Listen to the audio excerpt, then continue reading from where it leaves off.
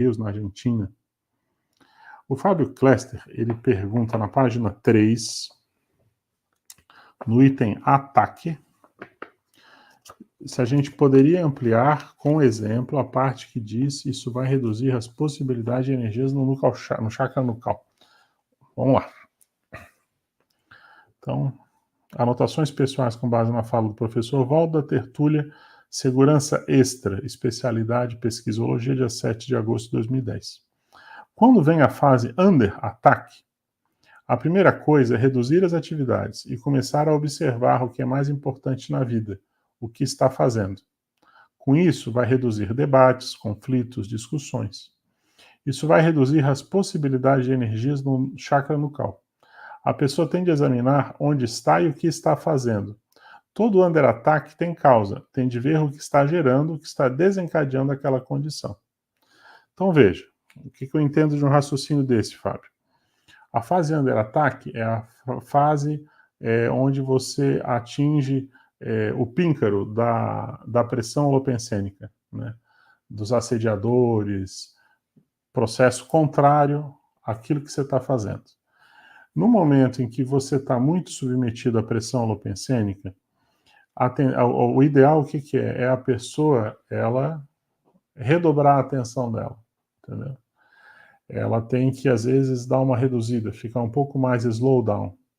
Porque se ela deixar a emocionalidade dela entrar, a tendência dela cometer erros é maior, entendeu? Então, a pessoa ela tem que, de fato, procurar entender a essência daquele parafenômeno. Por que isso está acontecendo? E aí sim ela vai definir o que é mais importante. Tem brigas que você tem que, não tem como fugir. Você tem que encarar.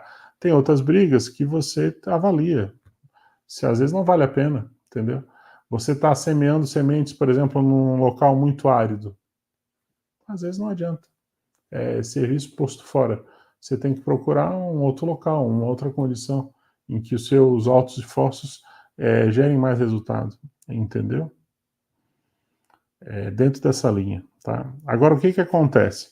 Às vezes a pessoa, ela nesse processo de enfrentamento da pressão holopensênica, ela acaba aumentando e entrando muito em debate, em conflito interconsciencial, em discussão. Isso tudo gera uma carga de energia. São as energias gravitantes, entendeu? Os amparadores, eles não deixam esse tipo de energia como saldo isso ao final. Isso é processo, muitas vezes, de assédio. Então, a pessoa fica com acoplamento. E esses acoplamentos, a pessoa vai sentir como se tivesse uma pressão maior no nucal chakra, que é o chakra desses acoplamentos, né? Mas o que a pessoa tem que fazer? Ela tem que trabalhar mais com as energias. Às vezes, é claro, ela pode estar fazendo uma escagem lúcida, isso também é possível, mas ela tem que estar sempre muito atenta, porque se ela tiver com acoplamento e ela não trabalhar com as energias, a tendência que tem é dar, às vezes, algum BO, dar algum problema, entendeu? Todo under-ataque tem causa. Então, a pessoa tem que refletir sobre isso. O que está gerando isso? E aí ela vai avaliar. Se ela redobra os esforços, o que ela faz, como é que ela caminha, entendeu? Eu vou dar um exemplo. Esse final de semana a gente ficou lá num hotel em Curitiba. Um hotel 5 estrelas, no centro de Curitiba. Um hotel super renomado, está lá há décadas. Famoso, bom, em tese, né? Estrutura de um padrão 5 estrelas. Mensageiro na porta, toda uma finesse, né, de atendimento.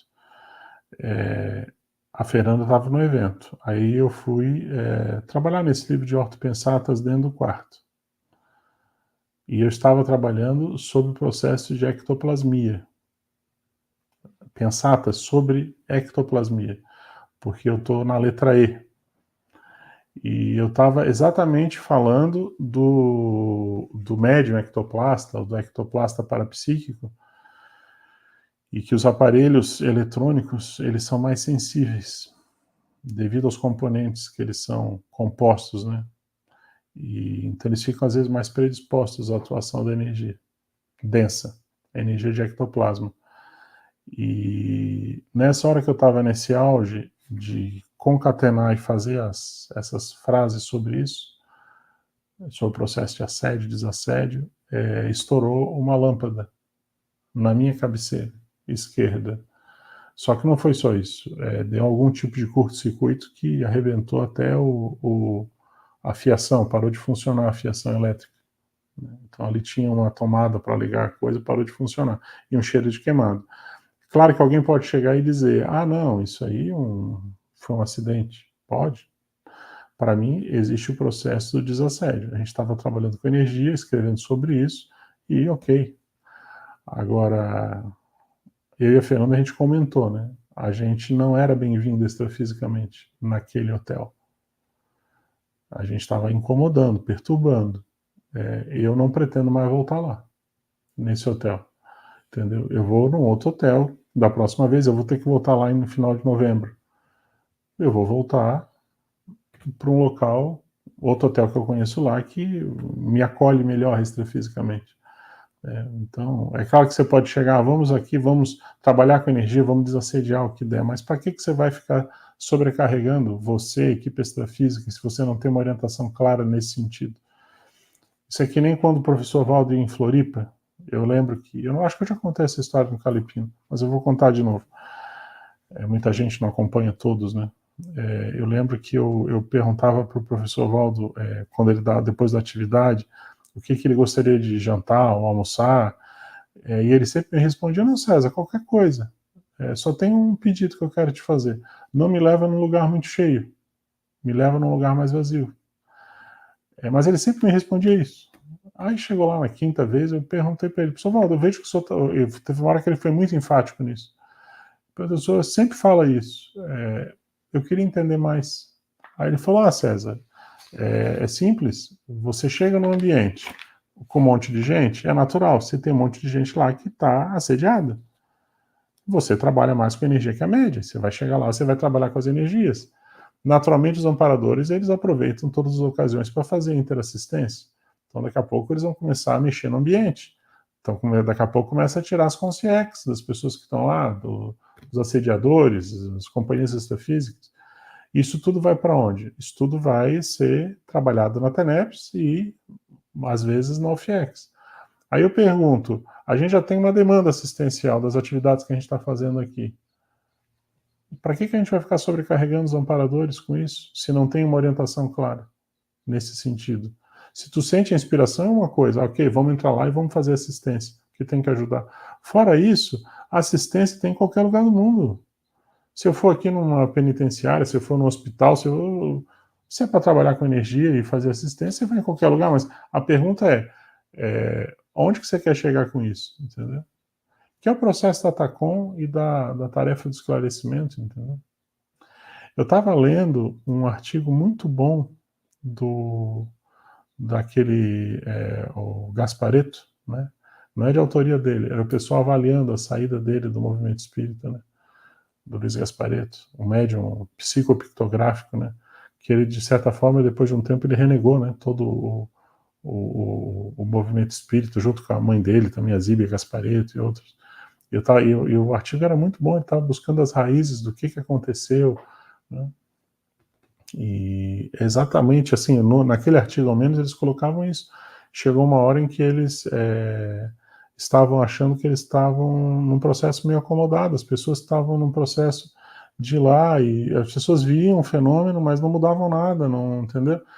É um processo de tarefa da consolação. E eles chegaram à conclusão que não adianta. Aquilo era pouco, aquilo não enchia o estômago, entendeu? E é bem interessante você entender a raiz disso, que é o que a gente fala já há muito tempo, né? TACOM versus TARES. Mas você fala aí, Fê. Vamos complementar o exemplo do hotel? Claro. Acho que é bem interessante. Porque, assim, a gente foi compilando essa ocorrência que o César falou, mas outras mini ocorrências também, né? Uhum. E então, no último dia de café da manhã, a máquina do café não funcionava, a máquina que fazia água quente não funcionava, uma série de pequenas no café da manhã, né? Do hotel inteiro. Então, coisas assim que você vai vendo que não dá conta, né?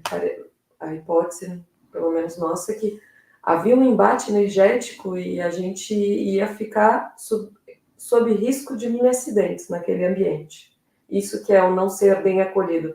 Não há uma estrutura energética que te permita trabalhar junto com os amparadores e fazer uma estabilização, né, daquele holopensene. E tem muito a ver com isso. É muita gente naquele hotel, né? Ele vive lotado, né, César? E deve ter outras variáveis também. Mas o fato é que depois que a gente já tinha tomado café, que a gente já tinha visto uma série de fenômenos, que a gente foi fazer o check-out, o que aconteceu no check-out, né? Custo na nossa conta que não tinha, que a gente não tinha consumido. Mais de R$1.000. Mais de R$1.000. A gente foi pagar no cartão, a pessoa, depois que já tinha corrigido o valor que era da nossa conta, passou o valor errado no cartão. 5 vezes mais. Né? Então, o que é o interessante? A gente poderia dizer assim, estamos em under attack, por exemplo. Mas quando a gente vai ver tudo que a gente fez fora do hotel, estava tudo matemático. Pedir Uber nunca deu problema. Ia para o evento, né, que a gente teve vários eventos, não deu problema. Então, assim, esse balanço da pessoa estar lúcida é o que faz ela se economizar, né, do ponto de vista dos recursos energéticos que ela tem. Inclusive, em outros ambientes estava super positivo, né?